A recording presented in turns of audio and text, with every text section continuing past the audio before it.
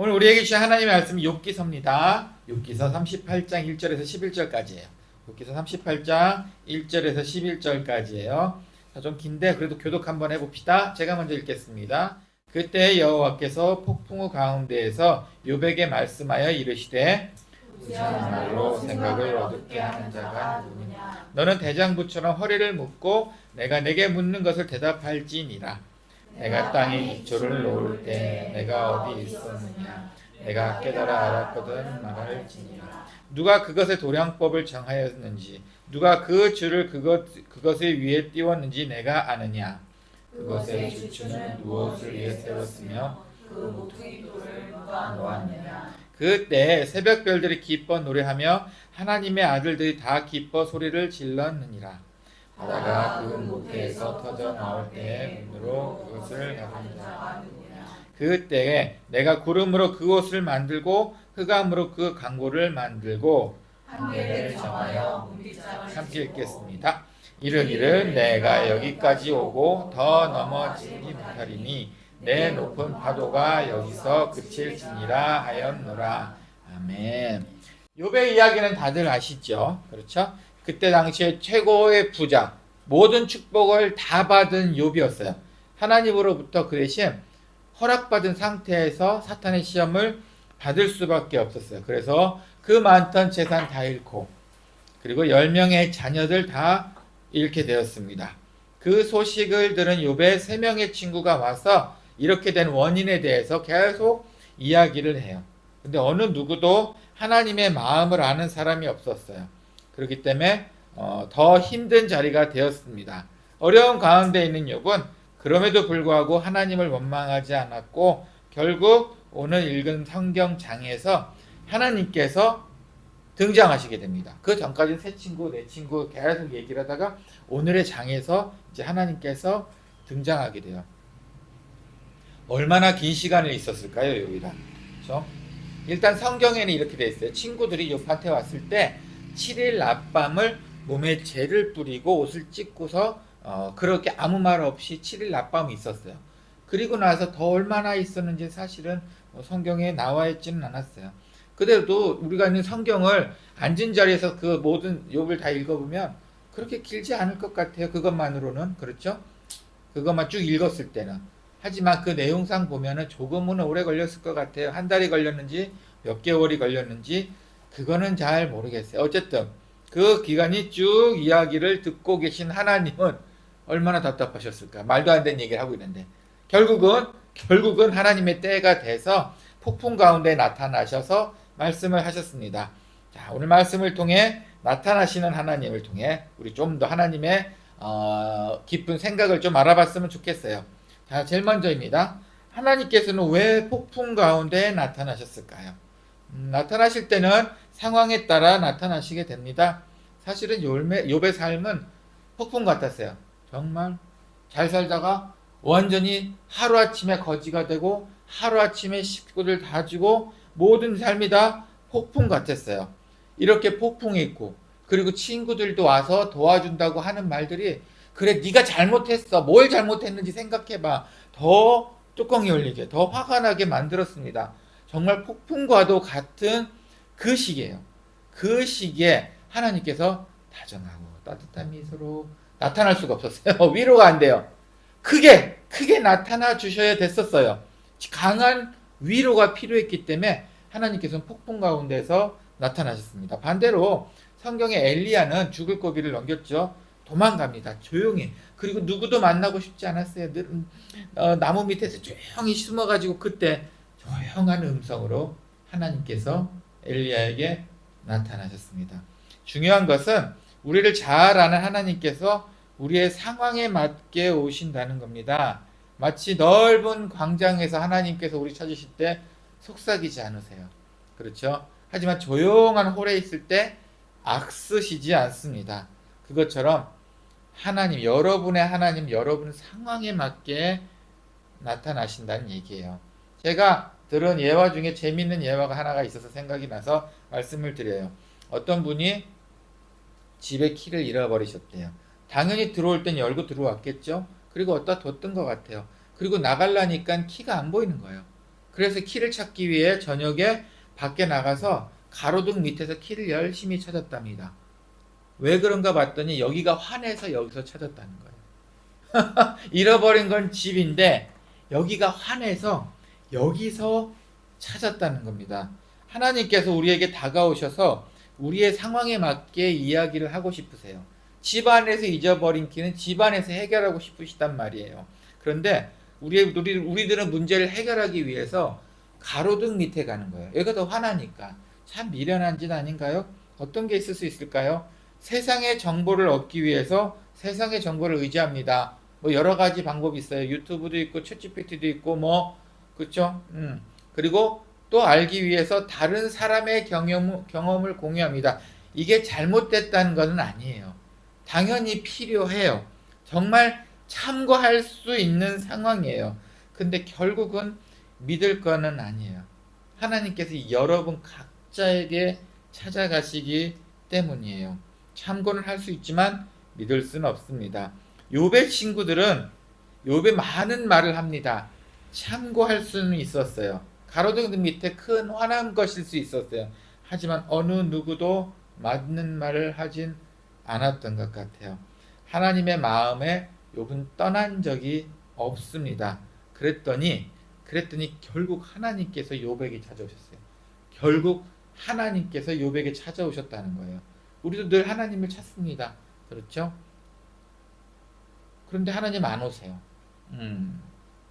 계속 길가에서 찾고 있어서 그랬던 것은 아닐까요? 하나님이 찾아오십니다. 그 순간 우리가 모르는 것뿐이에요. 언제일지 몰라서 그런 것뿐이에요. 그때 하나님께서 여러분에게 폭풍우와 같은 목소리로 오실 때도 있고 조용하게 속삭이면서 오실 때도 있습니다. 자, 이렇게 나타난 하나님께서는 가장 먼저 인격적으로 만나길 원하세요. 인격적이라고 말하는 것은 뭐냐면 person to person, 그냥 사람 대 사람, 신과 사람이 아니고 친구 대 친구, 사람 대 사람, 솔직한 관계의 인격을 말하는 거예요. 그래서 인격적으로라는 말을 그때 씁니다. 오늘 3절에서 보면 이런 말이 나와요. 너는 대장부처럼 허리를 묶고 내가 내게 묻는 것을 대답할지니라. 자, 허리띠 묶고, 이때 전쟁 나갈 때 그럴 때 많이 해요. 큰일을 할 때 허리를 묶는다는 말 많이 해요. 허리 묶고 사람 대 사람 나랑 얘기하자. 남자 대 남자를 얘기하는 거야. 혼내는 분위기 같죠? 사실은 혼내는 게 아니에요. 그냥 사람 대 사람으로 솔직하게 우리 이야기해보자 라는 뜻입니다. 제발 나랑 얘기할 때 찔찔대지 말고 찔찔 짜지 말고 눈 똑바로 뜨고 감정에 젖어서 뭐 정신 못 차리는 게 아니고 좀 냉정하게 너랑 나랑 얘기해보자 이 뜻이에요. 하나님께서 우리를 만날 때 그렇게 만나기를 원하나 봐요. 우리는 하나님을 찾을 때 감정적으로 찾아요. 어렵고 힘들 때 하나님 왜 이 길을 저에게 막 어렵게 할 때마다 눈물을 흘리면서 하나님 찾을 때가 많아요. 그런데 하나님은 그럴 때 이렇게 말씀하세요. 정신 차려! 똑바로 객관적으로 보자고. 자, 똑바로 봐. 이렇게 이야기를 하시기를 원하세요. 하나님께서 그 긴 시간 기다리시다가 결국은 약간 매몰찬 듯이 우리에게 말씀을 해주십니다. 근데 하나님의 음성을 들으면 돼요. 이럴 때 하나님과 이 얘기를 하시면 돼요. 그런데 가장 하나님을 만날 때 방해가 되는 게 있는데 바로 분노와 억울함이에요. 분노와 억울함이 있으면 하나님의 음성이 안 들립니다. 보이지도 않고요. 그냥 혼자 떠들게 됩니다. 악에 받쳐서 떠드는 하나님의 대화가 되지 사람 대 사람의 하나님과 만나지 않아요. 하나님께서 오늘 왜 이렇게 말씀하시냐면 사실은 욥은 선한 사람 맞아요. 그런데 오늘 성경 읽어보시다 보면은 욥이 이런 말을 해요. 왜 나에게 이런 일이? 좀 한탄을 좀 강하게 하는 장면이 나옵니다. 그리고 하나님께 내가 직접 변론하고 싶어. 억울한 거예요. 뭔가 억울함이 있었어요. 그렇기 때문에 이렇게 하나님한테 반응을 보였기 때문에 하나님께서 정신 차려! 정신 차려! 아니야, 너랑 나랑 인격 대 인격으로 이야기해도 돼 라고 하나님께서 말씀을 하신 겁니다. 하나님께서는 사실은 우리의 억울함을 풀기보다는 하나님과 신뢰관계를 쌓는 걸 더 목적으로 하시고 그걸 더 기대하고 계시는 거예요. 하나님께 계속 따지고 들면 들수록 하나님과의 신뢰만 무너집니다.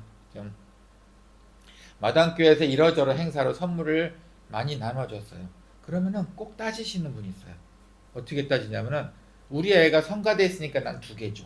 이런 분도 계세요. 아, 뭐 이 모양 저 모양으로 별걸 다 따집니다. 그리고 자기는 하나라도 더 받아가려고 애를 써요. 그러면은 그냥 줍니다. 그냥 줘요. 그렇게 따져 싸는데 뭐, 좀 속으로는 욕을 할 수 있죠. 아이, 그냥 줘요. 하지만 더 큰 혜택은 앞으로 없습니다. 그렇죠? 그냥 그렇게 생각이 드시죠. 그 사람이 오면은 가능하면 안 주려고 그래요. 저도. 그 한 번에 따짐이 사실 별건 아닌데 줄 수도 있어요. 제가 뭐 비싼 타블렛이나 핸드폰을 주는 것도 아니고 과자나 음식 좀 나누어 주는데 신뢰가 이미 깨졌네요. 큰 혜택이 없습니다. 하나님과도 마찬가지예요. 하나님께서 우리에게 계속 대화를 원하시는데 우리는 따지고 있어요. 쟤는요 더 잘난 것 같아요. 저 사람은 나보다 더 편하게 사는 것 같아요. 저 사람은요, 저 환경은요, 아니요, 그러실 필요 없어요. 하나님께서 그거를 해결해 주시려고 노력하시는 것보다 더 큰 것, 그럼에도 불구하고 난 너 믿을 거야 라는 관계 회복을 더 기대하고 계신답니다. 이런 사람들은 도대체 너 왜 그래? 라고 따지고 싶어요. 오히려 제가 따지고 싶어요. 그렇게 막 악착같이 선물 하나 더 받아가려고 하는 그 사람한테 도대체 너 왜 그래? 라고 묻고 싶어요. 그래서 하나님께서 오늘 이런 말씀을 하신 겁니다. 아까 남자처럼 대장부처럼 허리를 묶고 내가 너에게 묻는 거를 대답해야 된다. 정신 차려. 정신 제발 차려. 그런 말씀이세요. 자, 여러분은 하나님과 어떤 관계십니까? 따지는 관계인가요? 같이 가는 관계인가요? 그럼 오늘 어떤 내용을 그렇게 정신 차리게 한 다음에 무슨 말씀을 해주시는지 한번 봅시다. 오늘 말씀에는 2가지 비유를 말씀하셨어요. 먼저는 건축에 대한 이야기를 하셨어요. 그리고 둘째는 바다에 대한 비유를 말씀하셨어요. 그 내용도 내용인데 왜 하필 건축과 바다에 대한 이야기를 하셨을까요? 이때 당시 건축은 누구나 다 알고 반드시 해야 하는, 누구나 다 만들 수 있어야 되는 흔한 정보였어요. 그러니까 우리처럼 집을 짓고 뭐 블럭 이게 아니고 그냥 평평한 땅에 있는 나무 세워다가 해야 되기 때문에 누구나 다 할 수 있어야 됐어요. 집들이 그렇게 크지 않으니까. 근데 딱 한 가지, 기초공사만은 정확히 했어야 됐어요. 그러니까 모든 여자도 애도 집 짓는 거에 대해서는 되게 익숙했고 노련했어요. 그래서 이 건축에 대한 예화를 쓰시는 거예요. 예수님도 건축에 대한 예화를 많이 쓰셨습니다. 그리고 하나님의 질문은 이거예요. 근데 네가 그 건축할 그 땅의 기초는 누가 만들었지? 이렇게 이야기를 시작하세요. 4절, 내가 땅에 기초를 넣을 때 너는 어디 있었어? 이거는 내가 땅 만들 때 너 뭐 했냐? 이게 무시하는 게 아니에요. 무시하는 게 아니고 우리가 모르는 영역을 하나님께서 얼마나 많이 알고 계시는지, 우리가 모르는 영역에 대해서 하나님께서 우리한테 얼마나 많은 걸, 우리보다 훨씬 많은 걸 알고 계시는지를 알려주시기 위해서 건축에 대한 비유를 쓰셨던 거예요. 그리고 둘째는 바다에 대한 비유를 쓰셨습니다. 8절에 바다가 그 모태에서 터져 나올 때라는 이런 이야기를 써요. 이때 당시에 가장 큰 공포가 바다였어요. 이 사람들의 유일한 교통수단이 바다를 통해서 넘나드는 거예요. 좀 먼데 가면은 걸어가는 것보다 빠르니까. 그런데 바다가 너무 무서웠어요. 최고의 공포는 바다였어요.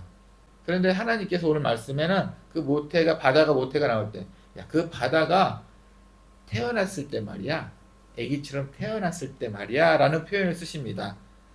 그 무섭다는 바다를 아기처럼 표현을 하신 거예요. 너희가 두려워하는 그 바다도 나한테는 아기와 같아, 이런 말씀입니다. 너희가 두려워하는 그 바다의 결국 그 혼돈도 어려움도 하나님의 통제 아래 있고 두려움도 하나님의 손 안에 있다는 것을 말씀해 주시기 위해서 바다에 대한 이야기를 쓰십니다. 예수님도 그거를 아셨어요. 사람들이 바다를 무서워하는 걸 아셨어요. 폭풍 잔잔케 하시고 바다 위를 걸으셨던 게 바로 그 이유예요. 이 너네가 제일 무서워하는 바다도 우리는 조절할 수 있어. 바로 그 이야기십니다. 하나님께서는 욥에게 결국 우리가 아는 것은 너무나도 한정적이고 너무도 정말 작은 거고 우리의 능력은 너무도 작다는 것을 말씀해 주시고 계십니다. 그런데 아직도 우리는 우리 스스로 하나님보다 똑똑하다거나 하나님이 못하는 일들을 스스로 할 수 있다고 생각하는 것 같아요.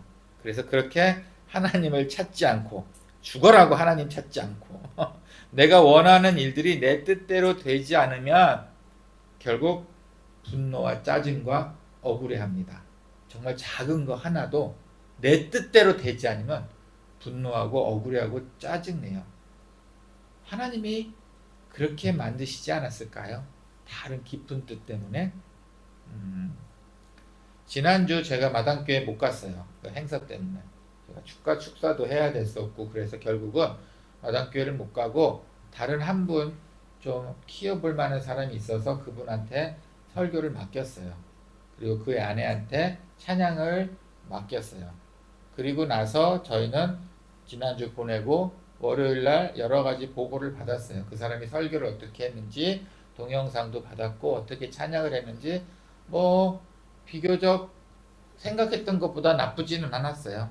아마 잘하면 뭐 이 친구한테 좀 더 많은 기회를 주지 않을까라고 생각을 했었어요. 그런데 일이 결국 하나가 터졌네요.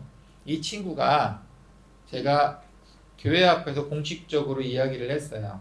이 친구한테 어설리티 권한을 줄 거야. 이 친구가 설교를 할 거야. 그러니까 너네가 이 친구를 무시하지 말고 이 친구가 말하는 것을 하나님의 말씀으로 들어 라고 설명을 했어요. 성도들도 그렇게 인정하고 집사도 그렇게 했어요. 그런데 이 친구가 토요일 날에 마담교회 성가대 2명한테 너희 앞으로 교회 나오지 마. 이렇게 얘기를 해버린 거예요. 가서 무슨 이유인지 들어는 봐야겠어요. 그렇죠? 근데 이거는 권한박 아닌가 싶기는 해요. 우리는 그 아이들을 교회에 데려오기 위해서 간슬게 다 내주고 하나님 앞에 오기 위해서 해줄 수 있는 건 모든 걸 다 했단 말이에요.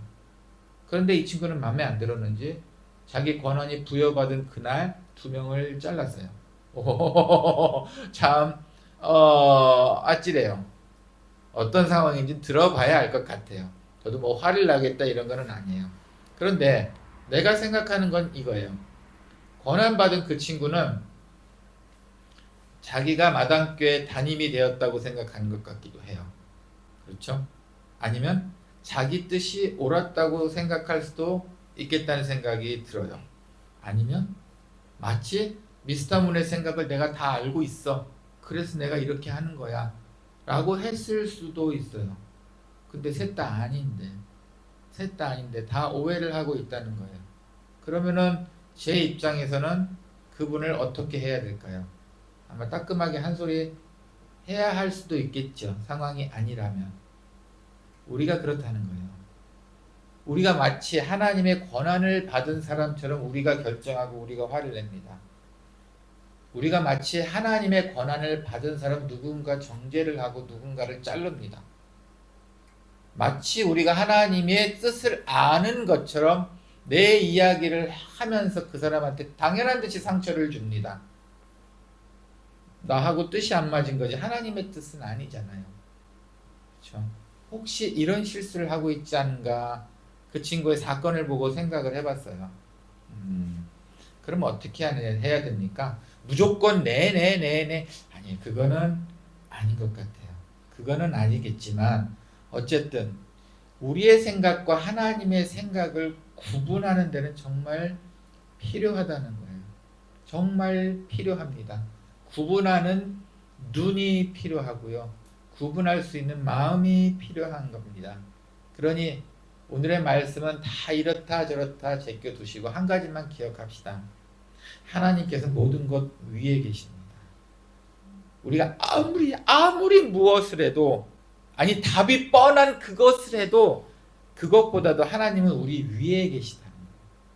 너무 불보듯 뻔합니다. 하나님. 그럼에도 불구하고 그 모든 것 위에 하나님이 계시다는 걸 인정을 했으면 좋겠어요. 그게 가장 우선일 것 같습니다. 그런 삶이 되는 한 주 한번 되었으면 좋겠습니다. 함께 기도합시다. 주님 감사합니다. 하나님께서 우리 모든 것 위에 계십니다. 주님 감사합니다. 하나님께서 우리의 모든 것을 다스리십니다. 하나님 감사합니다. 하나님께서 우리의 아픈 것도 들여다보시면서 아프지 않는 마음으로 우리를 따뜻하게 보듬어 주십니다. 하나님 감사합니다. 그러니 하나님께서 모든 것을 위에 계시다는 것을 인정하는 우리가 될 수 있도록 우리에게 더더욱 하나님의 지혜를 허락해 주시옵소서. 오늘 말씀도 감사합니다. 예수님의 이름으로 기도합니다. 아멘.